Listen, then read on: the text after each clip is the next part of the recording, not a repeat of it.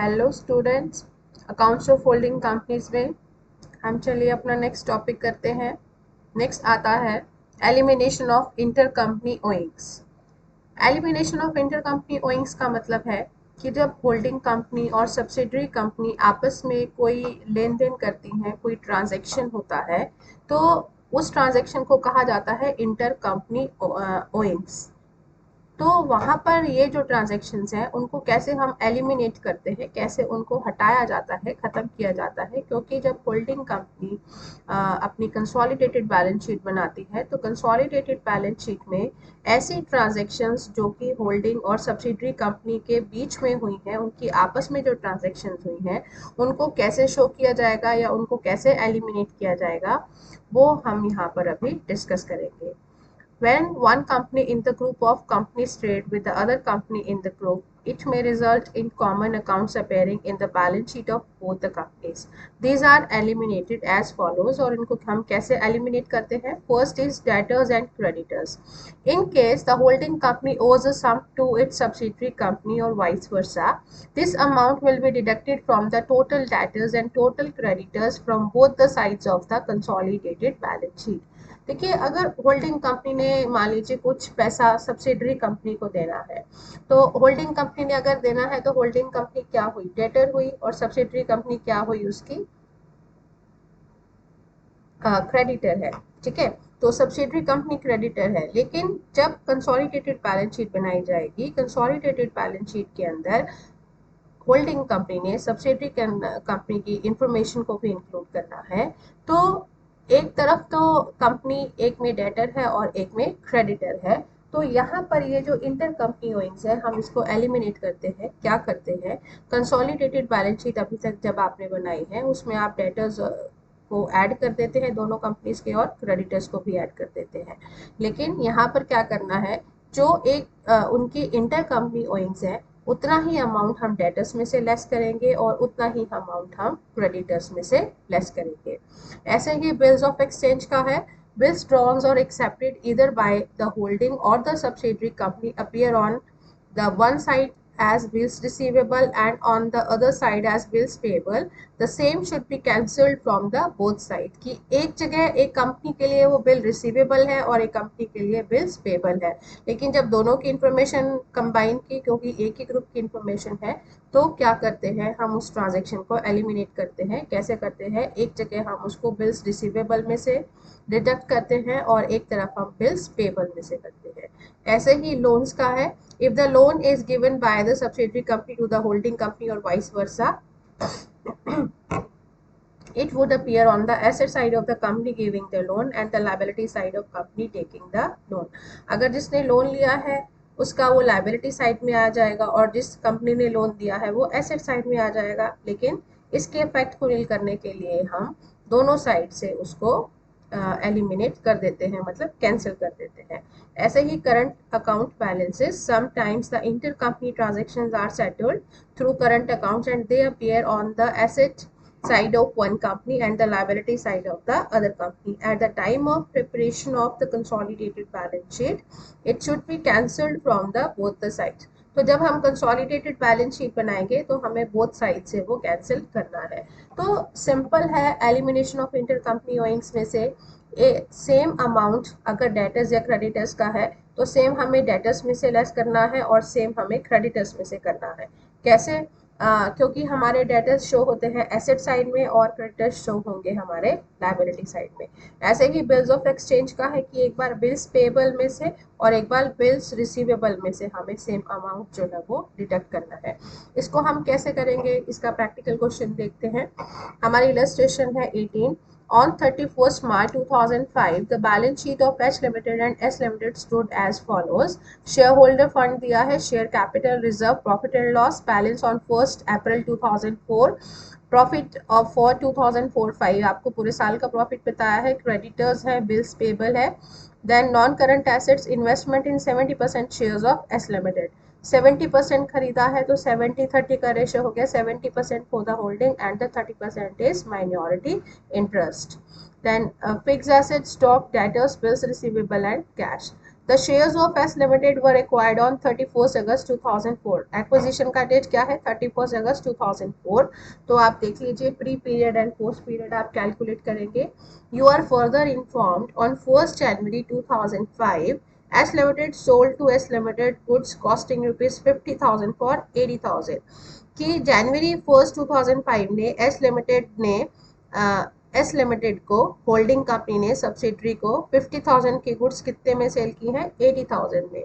ठीक है, 50,000 की गुड्स को 80,000 में सेल करने का क्या मतलब है कि 30,000, 80,000 माइनस 50,000, ये जो 30,000 का इनका बैलेंस है, इस 30,000 का बैलेंस का क्या मतलब है? This is the amount of profit कि वो 30,000 प्रॉफिट पर सेल की है।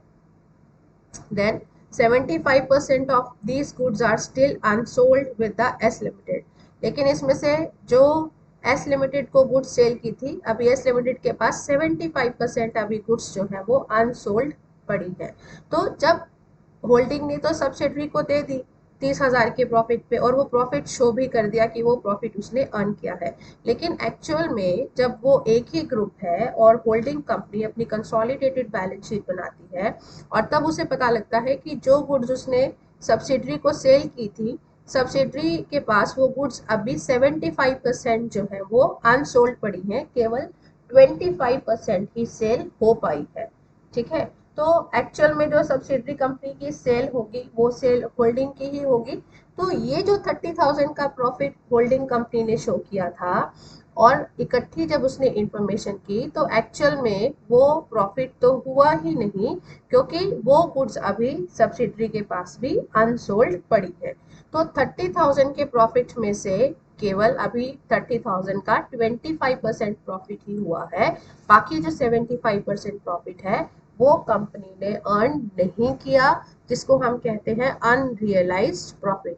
तो ये अनरियलाइज्ड प्रॉफिट होता है। अनरियलाइज्ड प्रॉफिट की हम एडजस्टमेंट करते हैं। वो हम कहाँ से करते हैं? लायबिलिटी साइड में हम प्रॉफिट्स में से लेस करते हैं, और एसेट साइड में हम जो स्टॉक दिखाते हैं, तो स्टॉक में से उस अनरियलाइज्ड प्रॉफिट के अमाउंट को लेस किया जाता है।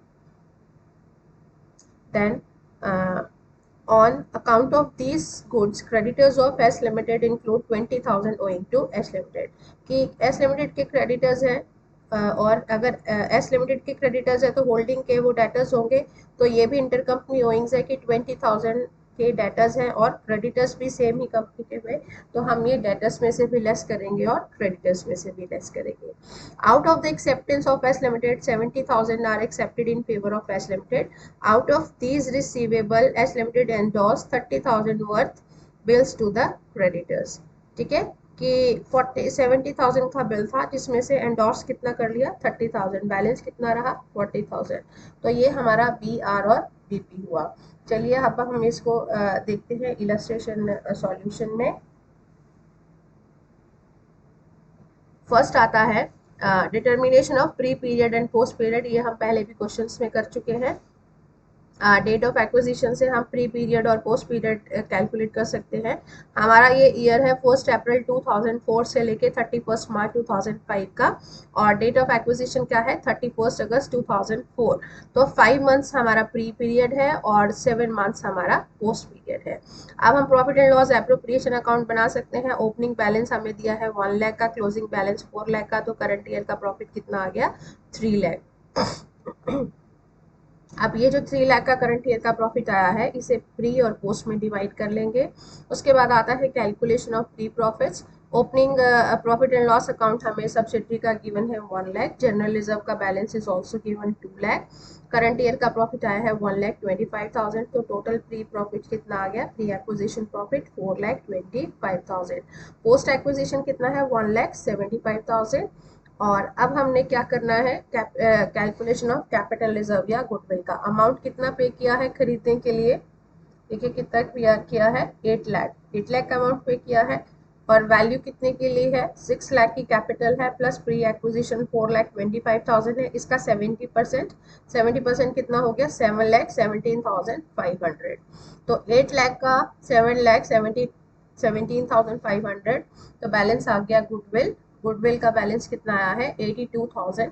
500। ऐसे ही हम माइनॉरिटी इंटरेस्ट कैलकुलेट करेंगे। 30% बचा है balance, 30% of capital plus 30% of pre acquisition profit plus 30% of post acquisition profit. जब आप ये कैलकुलेशन करेंगे तो आपके पास माइनॉरिटी इंटरेस्ट आ जाएगा 3,60,000 का। तो ये सिंपल कैलकुलेशन है जो कि हम पहले भी इलस्ट्रेशंस में कर चुके हैं। मैंने आपको पहले भी बताया था कि होल्डिंग कंपनी में हमें इन चीज़ों का कैलकुलेशन करना होता है। ठीक है, अब हम बनाते हैं consolidated balance sheet. Consolidated balance sheet में देखिए शेयर कैपिटल हमें होल्डिंग की दी है 10 लाख, माइनॉरिटी इंटरेस्ट हमने अभी कैलकुलेट किया है 3,60,000, रिजर्व्स भी है हमें दिए हैं। अब हम profit and loss account 4 lakh और रिवेन्यू प्रॉफिट का जो उसे मिला है 70%। रिवेन्यू प्रॉफिट कितना है हमारा 1,75,000। 1,75,000 का 70%, ये एक जीरो इसमें एक्स्ट्रा है, ये गलती से हो गया, दिस इज मिस प्रिंट। तो 1,75,000 का 70% आ जाएगा 1,22,500।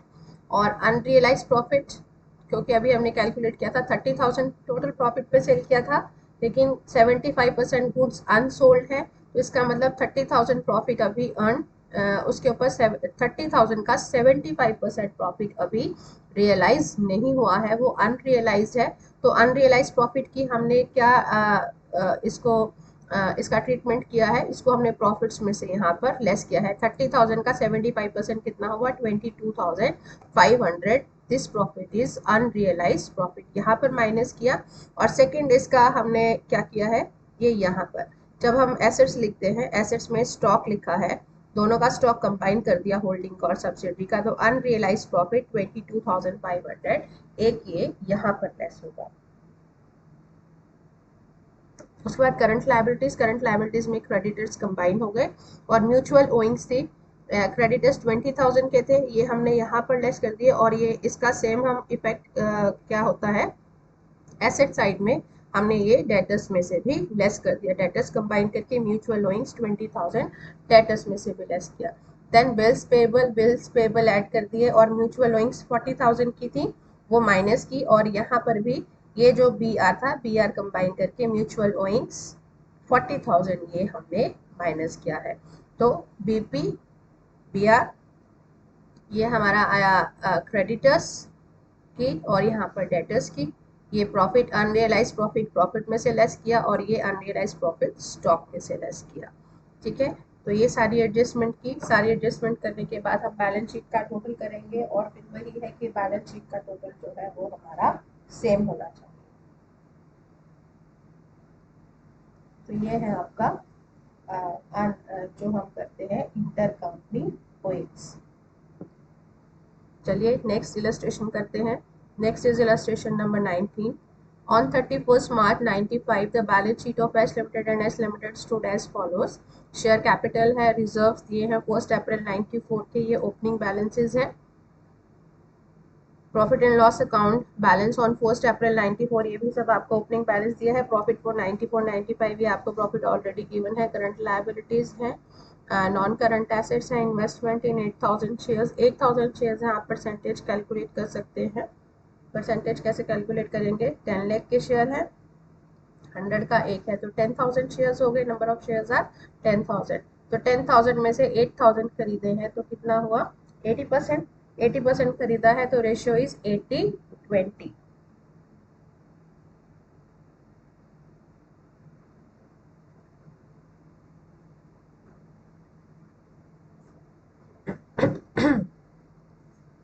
Ratio is 80-20। देन करंट और नॉन करंट एसेट्स में आ गया। इसके बाद आता है shares of S limited were acquired on 1 अप्रैल 94। 1 अप्रैल 94 को ही एक्वायर किया है। ये देखिए ईयर कौन सा है, 31 मार्च 95 की आपको बैलेंस शीट दी है, तो ईयर हुआ 1 अप्रैल 94। 1 अप्रैल 94 से 31 मार्च 95 तक की बैलेंस शीट है। Then bills receivable on S limited include ₹10,000 accepted by S limited.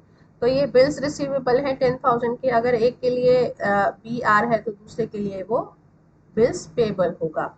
ठीक है, तो वही होगा इंटर कंपनी ओइंग्स में हम इसको दोनों साइड से लेस करेंगे। Debtors of S limited include 50,000 due from S limited, कि जो एस लिमिटेड के डेटर्स हैं 50,000 वो एस लिमिटेड के हैं, तो एक के डेटर्स हुए और एक के क्रेडिटर्स हुए। Stock of S limited include goods purchase from S limited for rupees 60,000 which were invoiced by S Limited at a profit of 25% on cost। तो 25% on cost का मतलब है 25/100, तो 1/4 on cost. If it is 1/4 on cost तो sales कितना होगा आपको बताया था, 1 हम उसमें ऐड कर देते हैं, 1/5। तो 1/5 60,000 इंटू 1/5 जो है वो जो प्रॉफिट है वो क्या होगा, जो गुड्स एस लिमिटेड ने परचेज की हैं एच लिमिटेड से। ठीक है, चलिए करते हैं ये क्वेश्चन। सॉल्यूशन देखिए वही है, प्री पीरियड और पोस्ट पीरियड कैलकुलेट करना है, लेकिन ईयर के शुरू में ही एक्वायर किया तो प्री पीरियड इज नील, सारा पोस्ट पीरियड है। ये बैलेंस इज ऑलरेडी गिवन है, करंट ईयर का प्रॉफिट भी गिवन है, तो करंट ईयर के प्रॉफिट को आपने प्री और पोस्ट में डिवाइड कर लेना है। प्री इज नील, सारा का सारा 80,000 रुपीज़ का जो प्रॉफिट है ये पोस्ट में जाएगा। टोटल प्री प्रॉफिट्स कैलकुलेट करने हैं। ओपनिंग प्रॉफिट आपको गिवन है 60,000, जनरल रिजर्व 2 लाख, और ये करंट ईयर का कोई प्रॉफिट नहीं आया है, तो टोटल प्री एक्विजिशन प्रॉफिट आ गया। फिर पोस्ट एक्विजिशन प्रॉफिट है, देन कैलकुलेशन ऑफ गुडविल और कैपिटल रिजर्व, अमाउंट पेड कितना है 10 लाख का, और वैल्यू कितने के लिए है, इक्विटी शेयर्स है 10 लाख के और 2,60,000। प्री एक्विजिशन प्रॉफिट है इसका 80%, 80% कितना आ गया 10,08,000। तो पेमेंट की है 10 लाख की और वैल्यू ली है 10,08,000, तो वैल्यू ज़्यादा ली है पेमेंट कम की है, तो अपने पैसे बच गए। वो पैसे जो हुए कैपिटल प्रॉफिट, और कैपिटल प्रॉफिट हम कहाँ लिखते हैं, कैपिटल रिजर्व में। नेक्स्ट आ गया माइनॉरिटी इंटरेस्ट। माइनॉरिटी इंटरेस्ट कितना है 20%, 20% of equity share capital plus 20% of pre acquisition profit plus 20% of post acquisition profit, ये आ गया 2,68,000। अब ये जो अनरियलाइज प्रॉफिट की कैलकुलेशन करनी थी, ये मैंने आपको बताया था, ये 1/5 हो जाएगी। तो 60,000 का 1/5 कितना हुआ 12,000, 12,000। तो ये प्रॉफिट इंक्लूडेड है सेल्स में जो कि अनरियलाइज्ड है। ठीक है, अब इसकी देखिए कैलकुलेशन, कंसोलिडेटेड बैलेंस शीट, ये साइड लायबिलिटी साइड है और ये एसेट साइड है। लायबिलिटी साइड में देखिए वही शेयर कैपिटल होल्डिंग के लिखिए, माइनॉरिटी इंटरेस्ट 2,68,000 अभी कैलकुलेट किया है, कैपिटल रिजर्व ऑलरेडी गिवन है, सॉरी गिवन नहीं है, कैपिटल रिजर्व हमने अभी कैलकुलेट किया है 8,000, और जनरल रिजर्व गिवन है, profit and loss account given है एच लिमिटेड का 3 lakh. Revenue profit, revenue post acquisition profit कितना था 64,000, उसका 80% मिला है होल्डिंग को।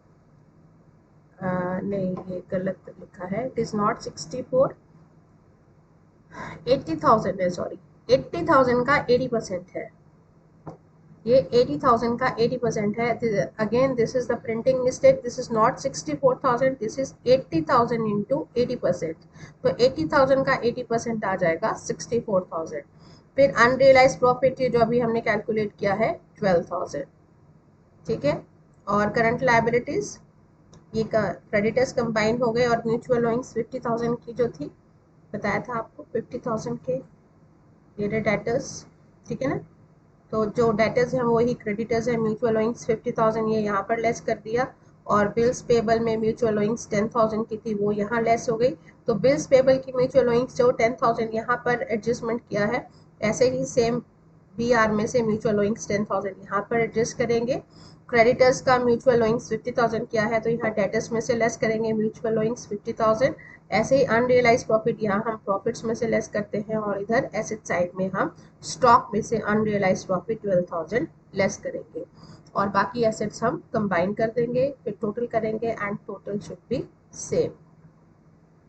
तो ये है आपके म्यूचुअल लोइंग्स का एलिमिनेशन, कैसे हम एलिमिनेट करते हैं, जैसे क्रेडिटर और डेटर्स को ख़त्म कर दिया, उनको नील कर दिया, ऐसे ही बिल्स पेबल और बीआर को भी हम नील कर देते हैं।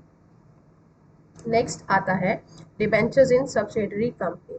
अभी तक हमने क्वेश्चन किए थे, हमने देखा था कि सब्सिडरी कंपनी में सिर्फ शेयर्स है, इक्विटी शेयर्स और प्रेफरेंस शेयर्स, लेकिन सब्सिडरी कंपनी में डिबेंचर्स भी हो सकते हैं। तो जब सब्सिडरी कंपनी में डिबेंचर्स हैं और होल्डिंग कंपनी उसको खरीदती है, उस केस में किस तरीके से ट्रीटमेंट किया जाएगा ये आपको अब यहाँ पर बताया गया है। Debentures in subsidiary company, the debentures issued by the subsidiary company are shown on the liability side of the balance sheet. आपको पता है कि डिबेंचर्स हम कहाँ शो करते हैं, बैलेंस शीट की लायबिलिटी साइड में। If some debentures are issued to the holding company by the subsidiary company, then these debentures should be cancelled in the consolidated balance sheet। कि अगर सब्सिडरी कंपनी ने holding company को कोई debentures issue किए हैं तो consolidated balance sheet में हम उसको कैंसिल कर देते हैं, शो नहीं करते। बाकी लेकिन जो बच गए, जो कि उसने होल्डिंग कंपनी को नहीं दिए, वो अमाउंट हम वहां पर शो करेंगे। If the amount of debentures issue to holding company are not at par, then the difference is treated as a cost of control और कैपिटल रिजर्व। जैसे हम शेयर्स का करते हैं कि जब company holding company equity holding company subsidiary company के equity shares खरीदती है या प्रेफरेंस शेयर्स खरीदती है, तो अगर उनकी वैल्यू में डिफरेंस होता है, मतलब परचेज कंसिडरेशन में और जो उनकी एक्चुअल वैल्यू है, तो उसका बैलेंस क्या आता है, कैपिटल रिजर्व या गुडविल। ऐसा ही डिबेंचर्स के केस में भी होगा कि अगर जो डिबेंचर्स लिए गए हैं जो कि होल्डिंग कंपनी ने लिए हैं, उनकी वैल्यू में फ़र्क है कि जितनी वैल्यू के लिए हैं और जितना अमाउंट पे किया है उसमें अगर डिफरेंस है, उसके हिसाब से उसका गुडविल या कैपिटल रिजर्व का बैलेंस आएगा। तो चलिए इसकी इलस्ट्रेशन देखते हैं। This is illustration 20. The balance sheet of S Limited and S Limited as on 31st March 2001. Shareholder fund, share capital दी है, reserve, profit and loss account. अब यहाँ पे देखिए डिबेंचर्स गिवन है, 14% डिबेंचर्स, ये किसके हैं, एस लिमिटेड के, सब्सिडरी कंपनी के डिबेंचर्स गिवन है। क्रेडिटर्स एसेट्स हैं, investment in 15,000 shares of S limited, तो शेयर्स खरीदे हैं 15,000, शेयर्स हैं कितने, 20 लाख के, 100 रुपीज़ का एक है, तो कितना हो गया, 20,000।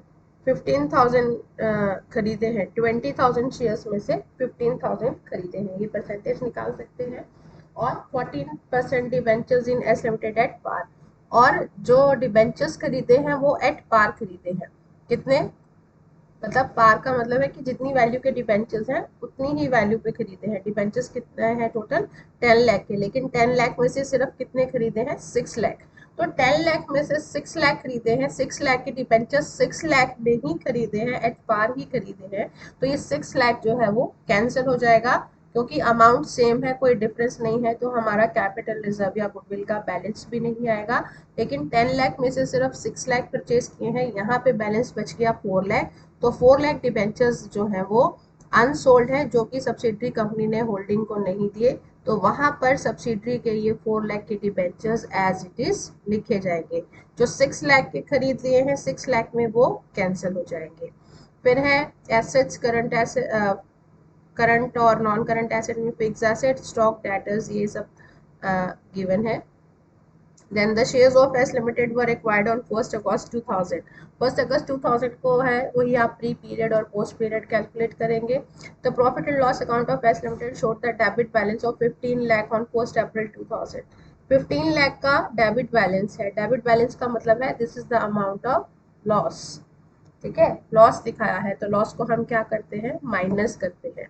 During June 2000, goods costing rupees 60,000 were destroyed by fire, against which the insurer paid only 20,000. Loss हुआ था 60,000 का, एक फायर मतलब फायर होने से, आग लगने से 60,000 का नुकसान हुआ था, लेकिन 60,000 में से इंश्योरेंस से कितना मिला है, 20,000।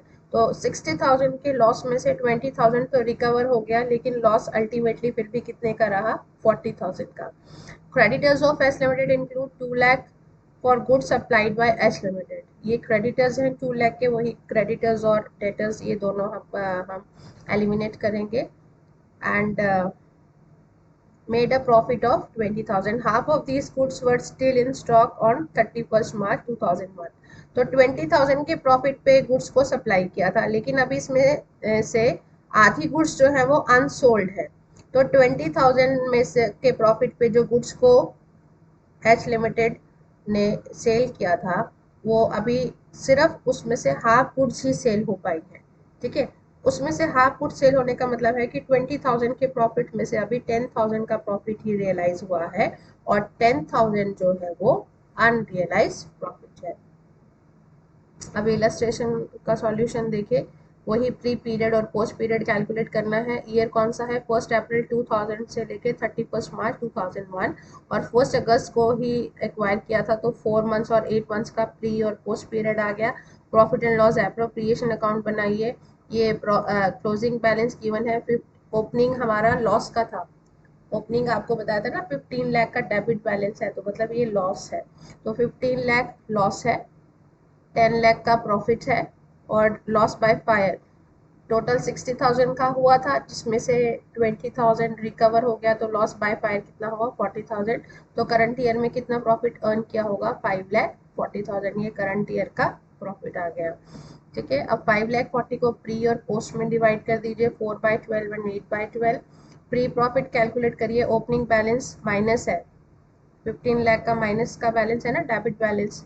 करंट ईयर का प्रॉफिट कितना मिला है 1,80,000, लॉस बाय फायर 40,000, ये माइनस करेंगे तो प्री एक्विजिशन लॉस आया है 13,60,000 का।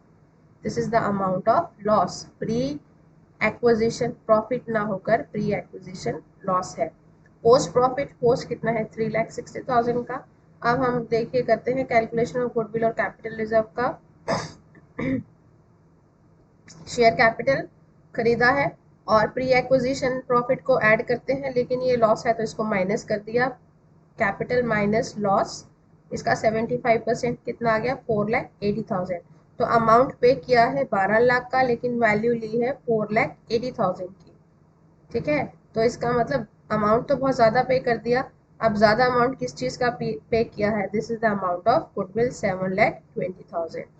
ऐसे ही माइनॉरिटी इंटरेस्ट है, माइनॉरिटी इंटरेस्ट कितना है, एंड 75 होल्डिंग के पास है, तो माइनॉरिटी इंटरेस्ट कितना है 25%, तो 25% ऑफ शेयर कैपिटल। अब यहाँ पे माइनस आ गया, minus pre acquisition loss plus post acquisition profit, इसका 25% ही हमारे पास आ गया 2,50,000। अब ये क्वेश्चन आप कर सकते हैं आराम से। कंसोलिडेटेड बैलेंस शीट बनाइए, share holder fund, share capital, holding की शेयर कैपिटल आगे, माइनॉरिटी इंटरेस्ट 2,50,000 अभी हमने कैलकुलेट किया है, जर्नल रिजर्व आपका गिवन है, प्रॉफिट एंड लॉस 8 लाख, और एस लिमिटेड का रिवेन्यू प्रॉफिट में 3,60,000 रिवेन्यू प्रॉफिट है, उसका 75% मिलेगा, तो ये आ गया 2,70,000।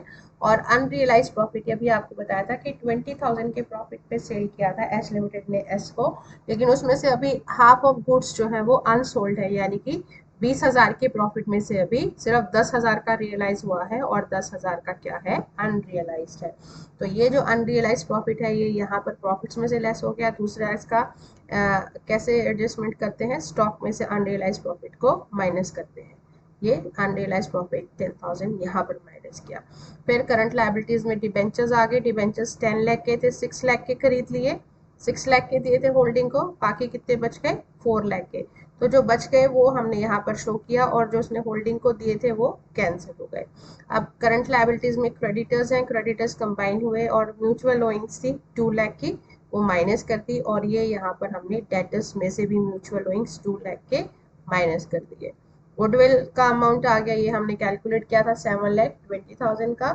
फिक्स एसेट ऐड हो गई, स्टॉक ऐड हो गया, स्टॉक में से ये हमने अनरियलाइज प्रॉफिट लेस कर दिया, डेटर्स का मैंने आपको बता दिया, और कैश है इसको ऐड किया, टोटल किया, और ये हमने अपने बैलेंस शीट का जो टोटल करके उसको इक्वल किया।